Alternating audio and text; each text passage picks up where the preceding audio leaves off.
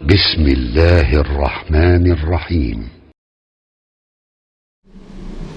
بسم اللہ الحمد للہ والصلاة والسلام علی رسول اللہ وبعد.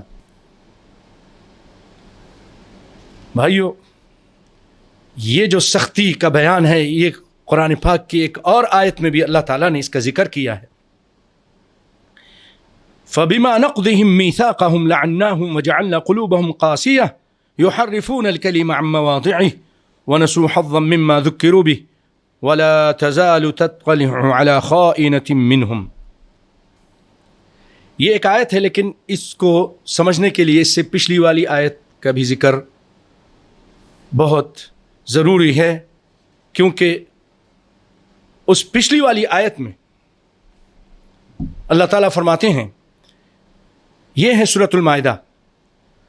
یہاں اللہ تعالیٰ فرماتے ہیں بنی اسرائیل کا ذکر کرتے ہوئے، اہل کتاب کا، یہود و نصارہ کا، وَلَقَدْ أَخَذَ اللَّهُ مِيثَاقَ بَنِي إِسْرَائِيل، اور تحقیق اللہ تعالیٰ نے عہد و پیمان لیا، میثاق لیا بنی اسرائیل سے، وعدے لے لیے. وَبَعَثْنَا مِنْهُمْ، اور اللہ تعالیٰ نے ان میں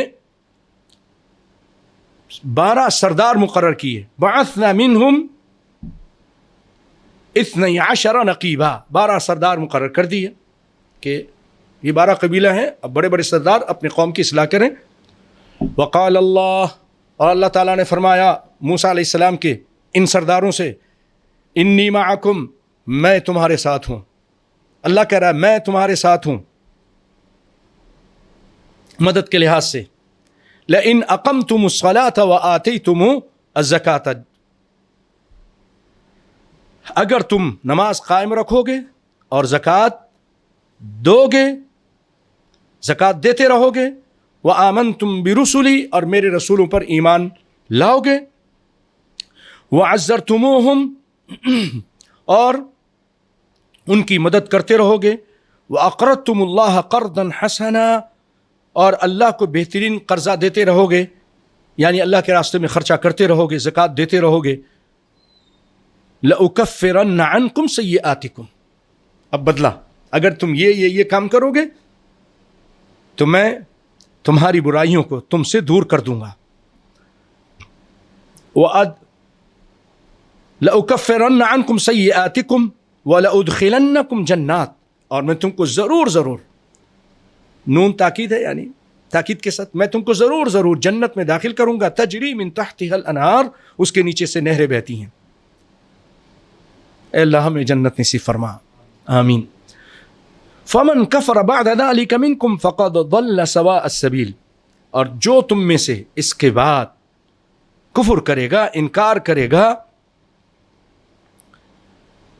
جو تم میں سے ان عہد و پیما کے بعد بھی تم میں سے جو انکاری ہو، تو کیا ہوگا؟ فقد ضل سواء السبیل، یقیناً وہ راہ راست سے بھٹک گیا، وہ سیدھے راستے سے بھٹک گیا، ہٹ گیا. یہ اللہ تعالیٰ نے 12 نقیبوں کا ذکر کیا، ان کے عہد و پیمان کا ذکر کیا، اور کیا کیا کرنا اس کا ذکر کیا، اور پھر جو ان کا بدلہ ہے یہ دوں گا، اور پھر آخر میں پھر ان کو ڈرا دیا، اگر اس کو چھوڑو گے اور اس پر عمل نہیں کرو گے، وعدے کی خلاف ورزی کرو گے، تو تم راستے سے بھٹک جاؤ گے.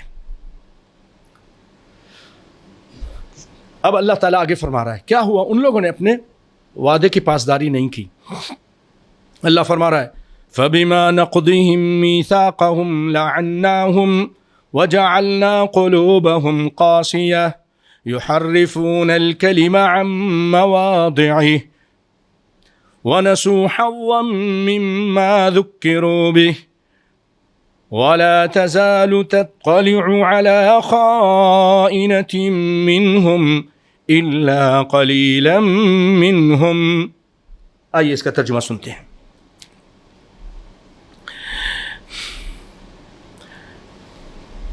فَبِمَا نَقْضِهِمْ مِيثَاقَهُمْ، پھر ان کی عہد شکنی کی وجہ سے ہم نے ان پر اپنی لعنت نازل فرما دی. اللہ، نسأل اللہ العافیہ. عہد شکن ہوئے، اللہ کے وعدے کا پاس نہ کیا، اس کو توڑ دیا، اللہ تعالیٰ نے اپنی لعنت نازل فرمائی ان پر. اور ان کے دل سخت کر دیے. جیسے میں کئی مرتبہ پہلے بتا چکا ہوں، امام ابن تیمیہ رحمۃ اللہ علیہ فرماتے ہیں جب اللہ رب العالمین ابن قیم رحمۃ اللہ علیہ کہ دنیا میں اگر کسی کو عذاب کرنا چاہتا ہے اس کے دل سخت کر دیتا ہے. اسی لیے بھائیو اللہ سے دعا کیا کریں کہ اللہ ہمارے دلوں کو نرم رکھ، جو قرآن سنیں تو اثر لیں اور دین پر ہمیں استقامت عطا فرما. تو بھائیو ان پہ اللہ تعالی نے لعنت کی. وجعلنا قلوبہم قاسیہ، ان کے دل پتھر کر دیے، سخت کر دیے، پتھر سے زیادہ سخت ہو گئے. فبما نقضهم ميثاقهم لعناهم وجعلنا قلوبهم قاسية، دل سخت ہو گئے. پھر کیا کرتے تھے؟ يحرفون الكلم عن مواضعه، وہ تحریف کرتے تھے، وہ آیتوں کو بدل دیتے تھے،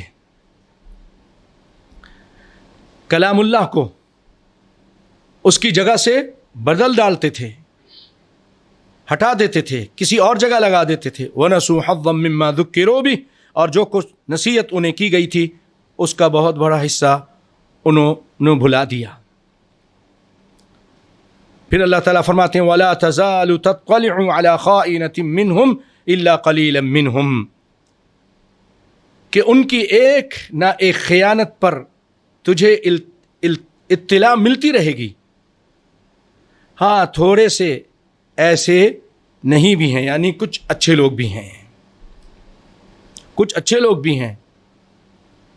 اللہ اکبر. بھائیو اس آیت کی تفسیر میں آپ نے سنا کہ ان لوگوں نے، یہود و نصارہ نے، بنی اسرائیل نے اللہ کے وعدے کو توڑ دیا، تحریف کیا، کلام اللہ کو بدلنے کی کوشش کی، اس کو جگہ سے ہٹانے کی کوشش کی، جس کی وجہ سے یہ جب اللہ نے لعنت کی تو ان کے دل سخت ہو گئے، اور پھر انہوں نے اس دل کی سختی کے بعد یہ غلط کام شروع کر دیے.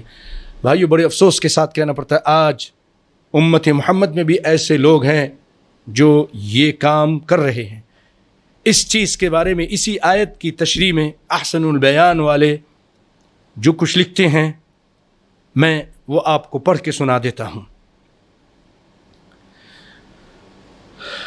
وہ کہتے ہیں یعنی اتنے انتظامات اور عہد اور مواعید کے باوجود بنی اسرائیل نے عہد شکنی کی، جس کی بنا پر ان پر لعنت کی گئی.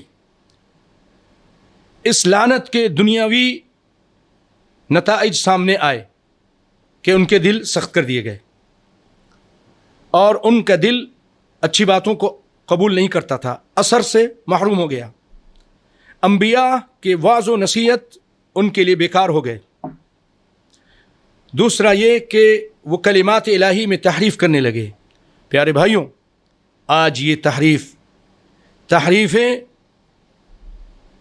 معنوی اور تحریف لفظی دونوں ہمارے اندر پائی جا رہی ہے.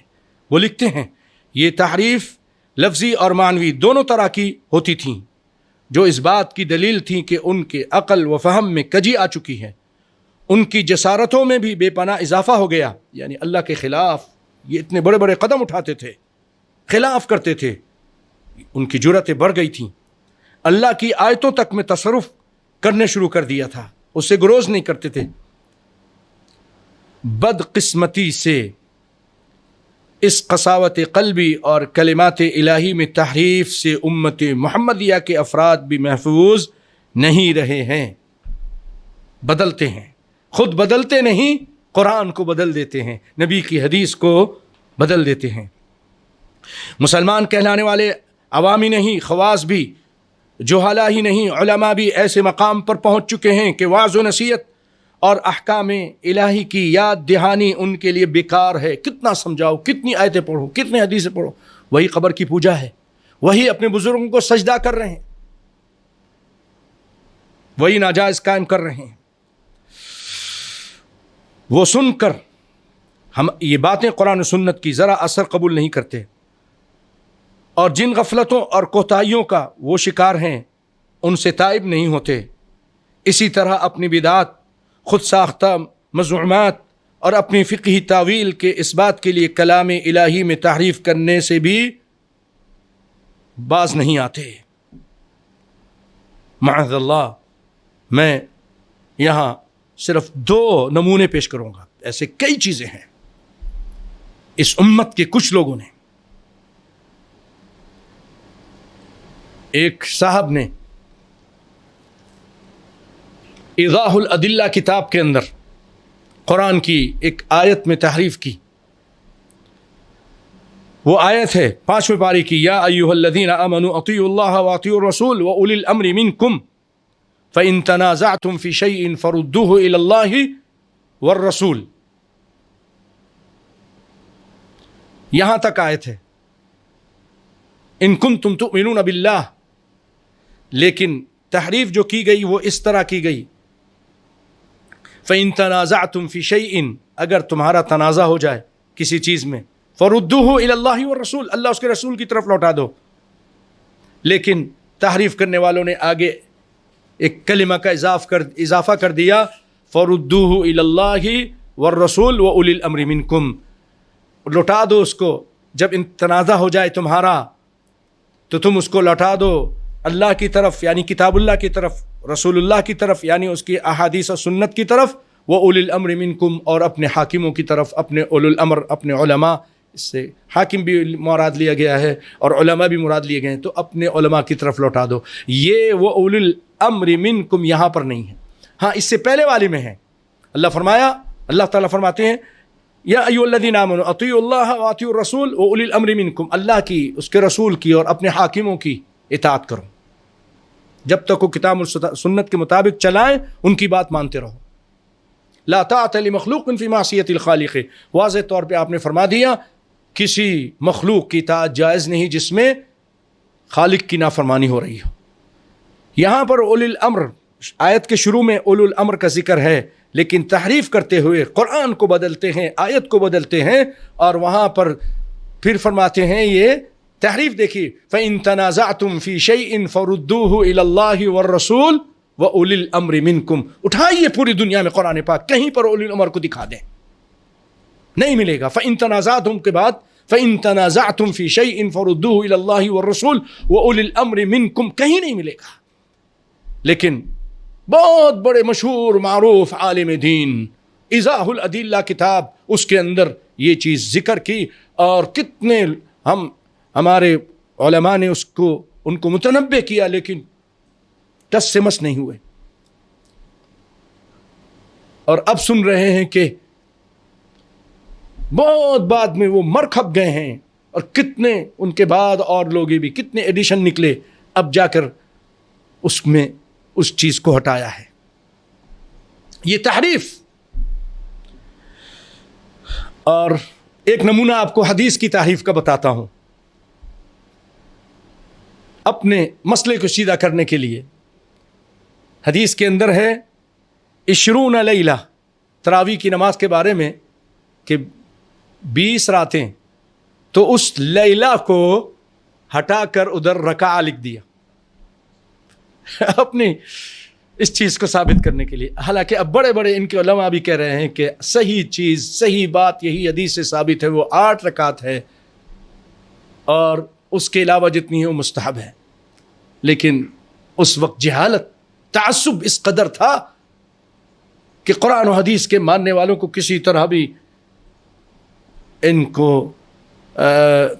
کی دلیل کو رد کرو، چاہے ہمیں تحریف کرنا پڑے. حدیث میں تحریف کرتے تھے. تو اللہ تعالیٰ نے صحیح فرمایا کہ فَبِمَا نَقْضِهِمْ مِيثَاقَهُمْ لَعَنَّاهُمْ وَجَعَلْنَا قُلُوبَهُمْ قَاسِيَةً. ان کے عہد و پیمان کو توڑنے کی وجہ سے ہم نے ان پہ لعنت بھیجی اور ان کے دل سخت ہو گئے.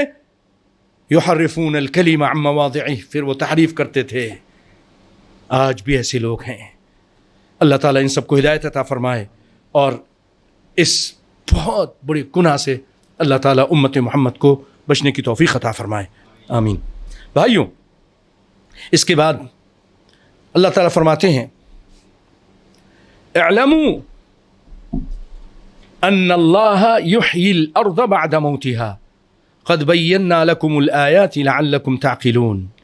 جان لو، اعلموا، جان لو، یقین مانو کہ اللہ ہی زمین کو اس کی موت کے بعد زندہ کرتا ہے. زمین بنجر ہو چکی ہوتی ہے, بالکل بیابان, اللہ تعالیٰ اس کو آسمان سے بارش برسا کر دوبارہ زندہ کر دیتا ہے, اس کی موت کے بعد زندہ کر دیتا ہے. پھر آگے فرمایا قد بینا لکم الآیات لعلکم تعقلون, تحقیق ہم نے بیان کر دیا تمہارے لیے آیات, نشانیاں, آیتیں, لعلکم تعقلون, تاکہ